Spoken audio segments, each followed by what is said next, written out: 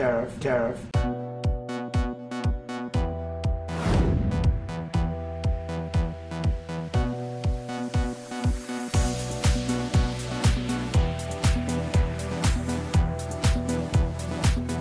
우리 깡패토끼 깡토님, 김상규님 오랜만에 오셨습니다. 안녕하세요. 네, 반갑습니다. 이번에 나오자마자 1등. 네. 뭐가? 책이. 손실은 짧게 수익은 길게. 이거 제목도 되게 잘 지신 것 같아요. 네, 제목에 대해서 많은 고민을 했는데 출판사랑 협의했을 때 가장 그 제목으로 그 투자에 대한 마인드를 정립시킬 수 있겠다 싶어서 결정했습니다. 또 원체 깡토님이야 뭐 이제 제야의 고수 이쪽에서 특히 이제 전업 투자자 중에서도 굉장히 유명하시고 현명한 투자자들의 모임 그쪽에서도 되게 이제 오래 커뮤니티 활동도 하셨고 그래서 뭐 깡토님 아시는 분들만 사도 사실은 베스트셀러. 어떻습니까? 이 경제 경영 부문 1위에 오른다는 기분은 어떤 겁니까? 너무 좋더라고요. 사실 봤을 때 책에 대해서 그렇게 큰 고민을 안 했었거든요. 근데 막상 나오고 나서 또 독자분들이 좋게 봐주시고 또 책이 잘 나가고 있어서 되게 기분 좋고 뭐 책 쓰는 거에 대해서 부담감이 되게 컸었는데 이게 책 쓴다는 것 자체가 되게 자기 자신을 되돌아보게 되고 또 앞을 생각하게 된다는 데서 되게 의미가 있다라고 생각합니다. 책 쓰는 거 진짜 힘들어요. 네네. 제 책도 여기 뒤에 있습니다만 내 인생을 바꾼 하루 한 장. 이 책이랑 이렇게 비교가 되지. 표지를 빨간색으로 할 걸 그랬나? 아무튼 주식은 무조건 빨간색입니다. 근데 이거 쓰시는데 거의 뭐 한 3년 걸리셨다면서요? 네네. 처음에 이제 책 내용 자체가 네. 저기 가치 투자부터 해서 추세 추종, 시스템 트레이딩 전반적인 걸 다 담다 보니까 생각보다 시간이 많이 걸리고 내용이 너무 많았었거든요. 그러니까 처음에는 내용을 많이 담으려고 시간이 많이 걸리다가 이제 책을 출간해야 될 시기에 오니까 그 용량, 그 제한이 있잖아요. 분량. 네네. 그 분량 오히려 이제 감소시키고 점점 축소시키는데 또 오래 걸렸고요. 그렇죠. 너무 두꺼우면 또 사람들이 부담스러워서 보니까 이것도 370페이지가 넘네. 근데 많은 사람들이 사실은 손실은 짧게 수익은 길게 책 제목대로 가야 하는데 반대로 가잖아요. 네네. 손실을 길게 못 잘라내고 수익은 짧게 조금 수익 나면 이제 금방 팔아버리고 왜 그럴까요? 아무래도 저기 손실에 대한 부담감이 제일 크잖아요. 손실에 대한 사실 부담감. 그 손실 회피 전략이라고 해서 그렇죠. 손실을 볼 때 저기 느끼는 고통이 수익을 볼 때 얻는 고통보다 한 두세 배 이상이 크다고 하더라고요. 저 같은 경우에도 예전에는 손실 이거 잘라내면 지금 당장 나한테 손해니까 잘라내지 말고 버티면 좋아지겠지 이런 생각으로 손실 확정 안 했으니까. 네네. 이제 심리적인 안정이겠죠. 그렇죠. 계좌는 불편한데 마음은 편하니까 그대로 끌고 가는 경우가 많았는데 그거를 많이 경험하다 보니까 이제 주가가 빠진다고 해서 무조건 나한테 득이 되고 경험이 돼가지고 주가가 빠져서 나한테 신이 나에게 기회를 줬구나. 더 싸게 살 수 있는 기회를 줬구나. 이런 생각보다는 대부분의 회사가 내가 생각했던 적정 주가보다 많이 하락하게 되면 제가 생각하지 못했던 펀드멘털 훼손이라든지 문제가 생긴 경우가 대부분 많더라고요. 그러다 보니까 오히려 손실 부분이 늘어날 경우에는 조금 잘라내고 오히려 수익은 길게 가야 되고 그런 방향으로 갔다라고 보시면 될 것 같아요. 근데 이 책에도 이게 뭐라 해야 되나 좀 섹션이 나눠 있긴 합니다만 인베스트먼트, 그러니까 투자와 그다음에 트레이딩 영역도 있고 뭐 자동 시스템 트레이딩 그렇죠. 추세 추종 이렇게 나눠져 있기는 한데 깡토님은 그런 계좌에 마이너스 20-30% 이상 되는 거 없으세요? 가치 투자 계좌는 있습니다. 마이너스 20% 이상 가는 것도 뭐 허다하게 있는 거고요. 대신 추세 추종 계좌에 있는 거는 마이너스 20%씩 가는 거는 뭐 볼 수 없다라고 보시면 될 거예요. 그래서 나누어서 그러니까 깡토님이 그래도 좀 이제 독특한 게 가치 투자부터 추세 추종 그리고 컴퓨터로 이제 시스템을 만들어서 하는 시스템 트레이딩까지 이제 다 되신다는 거잖아요. 그 모두 다 하시는 이유는 다 돈이 되기 때문일까요?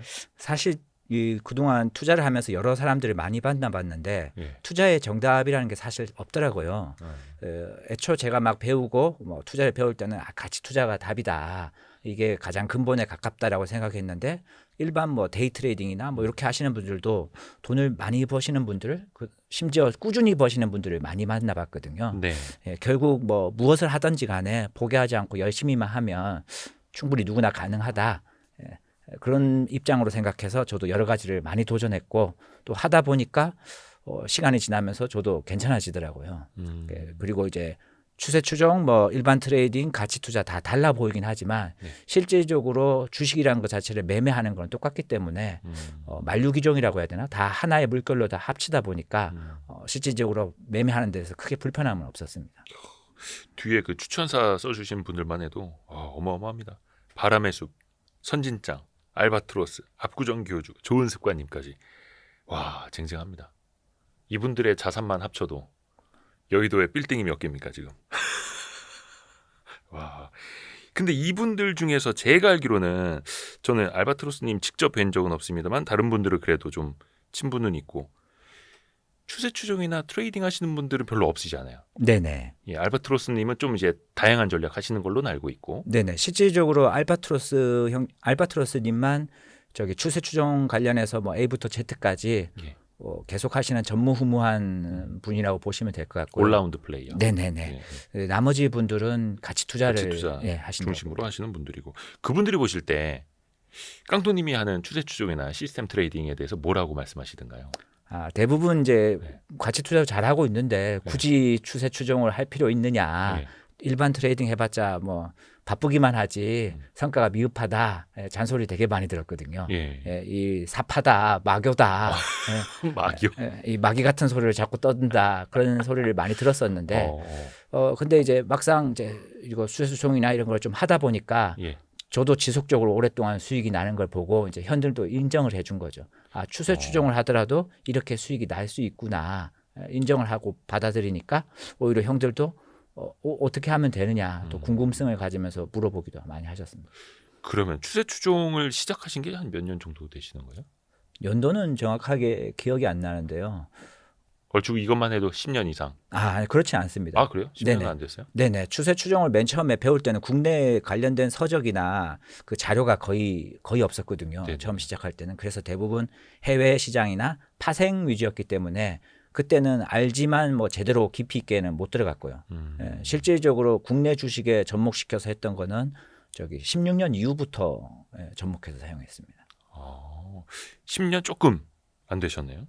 바람의 숲님은 저희가 YG 클럽 세미나 때 모셨었고 선진장님은 저희 이제 종종 나와주고 계시고 알바트로스님은 제가 이제 섭외하려다가 이제 대차게 미끄러졌습니다. 언제 한번 모시겠습니다, 알바트로스님. 압구정 교주님은 제가 섭외 전화만 한 120통 한 것 같고, 뭐 불과 최근까지도 이제 거절당하고 있고 좋은 습관님도 요즘 제 전화를 피하십니다. 이분들이 좀 나오셔야 되는데 그러면 그 세 가지의 투자 방법 중에 누적 수익률이라 해야 될까요? 성과가 가장 좋았던 건 어떤 방식이에요? 아무래도 가장 오랫동안 했던 가치 투자가 성과가 제일 좋았고요. 요거는 이제 한 20몇 년? 10몇 년? 20년 좀 안 되셨나요? 네네. 20년은 안 됐고요. 근데 가치 투자로 베이스로 저는 올라왔기 때문에 가치 투자가 사실 성과는 누적으로 보면 제일 좋았고요. 근데 최근 들어 뭐 코로나 이후 시장으로 본다라면은 가치 투자 쪽에서는 조금 주춤했고 실제로 추세 추종이 비자발적으로 가치 투자가 주춤하면서 추세 추종이 계좌가 올라오면서 지금은 추세 추종이 조금 성과가 더 좋다라고 보시면 돼요. 그건 어떤 차이라고 보세요? 진짜 장세? 이게 분위기에 따라서 달라지는 걸까요? 네네. 항상 투자하다 보면은 그 시장 장세에 맞춰서 잘 되는 매매 방법이 있거든요. 뭐 물론 가치 투자라는 자체는 근본 자체는 계속 잘 되는 거라 보시면 되는데 과거에 뭐 IMF 전이라든지 뭐 이럴 때는 뭐 저 PBR이라든지 극도로 싼 주식 뭐 이런 게 같다라면은 코로나 이후부터는 조금 종목 강세가 더 강했다고 보시면 될 것 같거든요. 가던 종목이 더 가는 거. 예를 들어 뭐 고빈도 매매라는 HTF라는 게 있는데 이제 글로벌 시장에서 HTF는 계속 유명했잖아요. 그쵸. 우리나라 사람들이 보통 주식 탓할 때 공매도 탓을 한다면 미국에서는 해외에서는 저기 HTF 때문에 시장이 교란된다. 우리나라도 특히 뭐 메릴 린치 창구 통해서 그런 거 많고 막 그렇잖아요. 네네. 근데 그게 이제 코로나 이후부터 국내 시장에도 많이 들어왔거든요. 그러면서 가던 종목들 뭐 코로나 이후에 2차 전지부터 시작해서 뭐 최근 들어 모진 가던 종목들이 더 가는 장세가 나오면서 추세 추종이 좀 더 잘 됐다 이렇게 보시면 될 거예요. 어떻게 보면 우리나라는 그 시장 규모도 작고 유동성도 적고 막 이런 데다가 그런 고빈도 매매가 시장을 이제 확 올렸다 확 내리고 막 이러고도 있고 종목별로 보면 더 심하고 교보증권 광클맨 약간 그런 것도 그런 느낌 아닙니까? 네, 그렇죠. 시스템적으로 들어가는 고빈도 매매. 그 테크노 펀더멘탈리스트. 어려워. 테크노 펀더멘탈리스트? 이거 네네. 어떤 의미예요? 본인은 이렇게 정의를 내리시더라고요. 네네. 사실 테크노 펀더멘털리스트라고 해서 제가 만든 게 아니라 네. 과거 오래전부터 있었던 개념이거든요. 저 뭐 니콜라스 다바스의 책에도 나오고 뭐 윌리엄 오닌 책에도 나오고 하는 보통 이제 추세 추종이라면 일반 트레이딩이라고 하면 네. 기업의 펀더멘탈을 보지 않고 그냥 기업의 차트, 가격 뭐 이런 것만 가지고 판단을 한다라고 생각하는데 그냥 기술적 매매. 네네 기술적 매매라고 생각을 하는데 저 같은 경우 테크노 펀더멘탈리스트 같은 경우에는 기본적 분석과 기술적 분석을 다 같이 하고 있는 겁니다. 대표적으로 뭐 윌리엄 오닐 같은 경우에도 캔슬림이라고 해서 네. 기업의 펀더멘탈을 우선적으로 보고 그 안에서 커비드 핸들이라든지 어떤 선호하는 패턴이 나올 때 그때 진입을 하는 거거든요. 뭐 최근에 마크 비너빌리도 마찬가지입니다. 그렇죠. 예, 기업의 펀더멘탈을 기본적으로 좀 보고 나서 그 다음에 같이 접목시켜서 하는 거를 테크노 펀더멘탈리스트라고 합니다. 그러니까 옛날에는 기술적 매매 하시는 분들은 차트만 보면 되고 그 회사가 어떤 회사인지 뭘 파는 회사인지도 중요하지 않고 그냥 주식, 주가라는 껍데기일 뿐이다. 그것만 보고 매매하면 된다. 이런 말씀도 있었는데 확실히 요즘 트렌드는 좀 달라지는 거고. 네네. 펀더멘털 위에서 기술적으로. 지난번에 저 와이즈 클럽 세미나 하실 때 캔슬님 잠깐 얘기해 주신 적 있으시죠? 네네. 그거 저희 밑에 보면은 그 뭐라지 유튜브 쇼핑인가 거기에도 예전에 깡토님이 해주셨던 세미나 걸어놓은 거 있으니까 그 다시 보실 수 있습니다. 지금 그래서 어떻게 보면 계좌가 다 분리가 되어 있는 거죠. 네네. 가치 투자 그 다음에 트레이딩용. 네네. 처음에는 저도 트레이딩을 배우고 나서는 잘할 수 있을 것 같은 저 느낌이 오잖아요. 그러다 보니까 그냥 계좌에 분리를 안 하고 같이 했었거든요. 네네.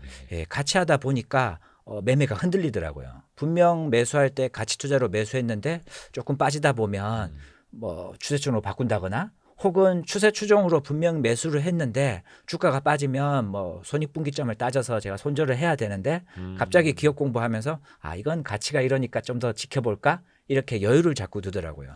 예, 저도 컨트롤이 잘 안 돼서 그럴 바에 아예 계좌를 분리를 해서 한 계좌에서는 가치 투자를 하고 한 계좌에서는 추세 추종을 하자. 그렇게 해서 계좌를 나눴더니 오히려 성과가 뭐 급격하게 좋아졌다고 보시면 될 것 같아요. 그러면 이제 자아가 막 분리되어 있는 거잖아요. 그럼 네네. 예를 들어서 Y스트릿이라는 종목이 하나 있으면 가치 투자 계좌에서는 계속 홀딩이 될 수도 있는 거고 같은 종목인데 트레이딩 계좌에서는 계속 사고 팔고 할 수도 있는 거고요. 네, 맞습니다. 근데 분리가 되지 않으면은 사람이 다 똑같습니다.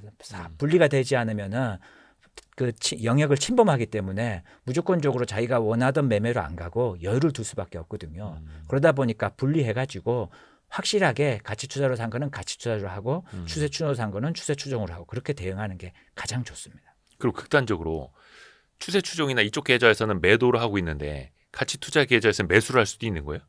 그렇게 겹치는 경우가 거의 없다고 보시면 될 것 같아요. 추세 추종은 보통 달리는 말에 의해서 되는 예. 거기 때문에 특정 가게 어떤 특별하게 겹치는 경우가 그동안 쭉 많은 매매를 했지만 겹치는 경우 잘 없습니다. 또 가치 투자는 또 싸게 사야 되니까 네네. 그걸 또 기다리고 있을 때도 있는 거고요.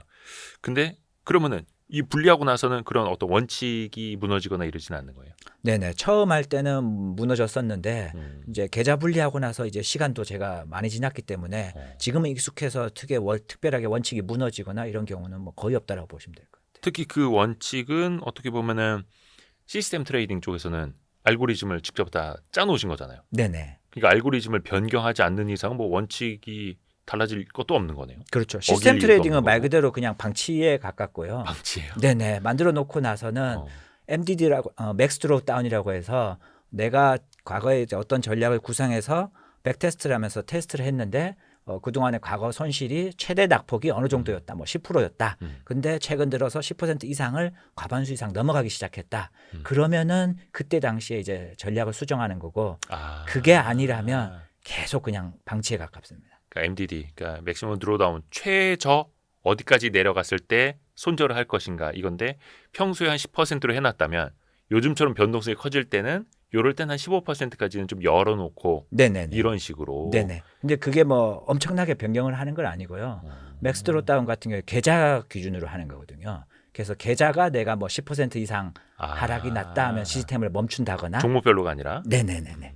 계좌별로 보시면 될 거예요. 아하, 오, 재밌습니다. 그러면 저희가 조금 더 이제 카테고리별로 나눠서 질문을 좀 드려볼게요. 우선은 가치 투자 부문에서. 지금 그러면 예를 들어서 뭐 현투모라든지 스터디 모임 여러 개 하시잖아요. 그래서 야 깡토가 이거 추세 추종으로 잘 된대. 이래서 약간 좀 넘어오신 분들도 있나요? 아니면 나도 한번 같이 좀 해보자. 네네. 그 원래 이제 저기 가치 투자 스터디는 대부분 다 가치 투자를 하고 있기 때문에 네. 네, 추세 추종으로 막 엄청나게 넘어오거나 이러지는 않거든요. 네. 근데 달라진 점이 뭐가 있다면 과거에 이제 일반 트레이딩에 대해서 너무 부정적으로 보시는 분들이 예. 지금은 추세 추종을 했을 때 생각보다 효율이 좋구나. 어. 심지어 추세 추종이라는 게 수익을 극대화하는데 가장 좋은 거는 가치 투자를 했던 사람들이 네. 추세 추종을 하게 되면 수익이 더 좋거든요. 오, 그래요? 네, 그렇게 될 수밖에 없는 이유가 뭐냐면 뭐 예를 들어서 예를 들어서 뭐 아이스크림 미디어라는 회사가 있다면 네. 그 회사를 우리가 적정 가치를 계산할 때 예를 들어 검정 교과서가 어느 정도 뭐 납품이 돼서 매출이 어느 정도 잡힐 거고 네. 뭐 여러 가지 그 매출에 대한 영향을 조사를 할 거잖아요. 네. 그 조사를 할 때 대부분 그 적정 가치를 베스트 케이스로 안 하고 보통 베이스나 워스트 케이스로 계산을 하거든요. 어떻게 될지 모르기 때문에 보수적으로. 네네 최대한 보수적으로 적정 가치를 계산하다 보니까 보통 그런 보수적인 적정 가치를 계산하고 나서 주가가 그 이상 올라가는 경우가 아주 허다하거든요. 그래서 좀 일찍 팔게 되죠. 가치 투자. 네네 맞습니다. 항상 적정 가치를 보수적으로 계산하다 보니까 주가 자체가 그 이후부터 뭐 2배씩 3배씩 올라가는 경우가 허다하기 때문에 그때 이제 추세 추종 같이 접목하는 겁니다.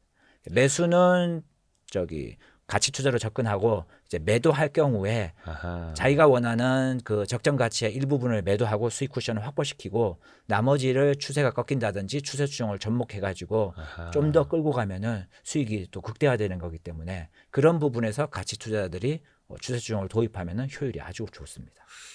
그렇죠. 이제 흔히들 가치 투자하시는 분들은 좀 일찍 팔게 되고 거품이라는 것의 맛을 못 보죠. 네네. 제 가치에 오면 파니까. 네네 맞습니다. 근데 책에서도 쓰신 것처럼 맥주도 거품이 제일 맛있다. 네네. 주식도 마찬가지고.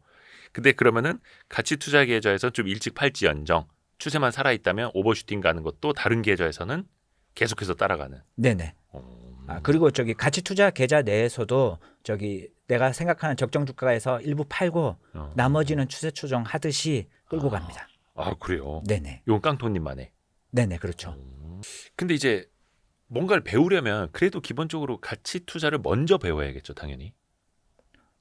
사람마다 다르긴 한데요. 예, 물론 이게 정답은 없습니다. 네. 네. 다르긴 한데 가치 투자를 배우는데 시간이 좀 또 많이 걸리잖아요.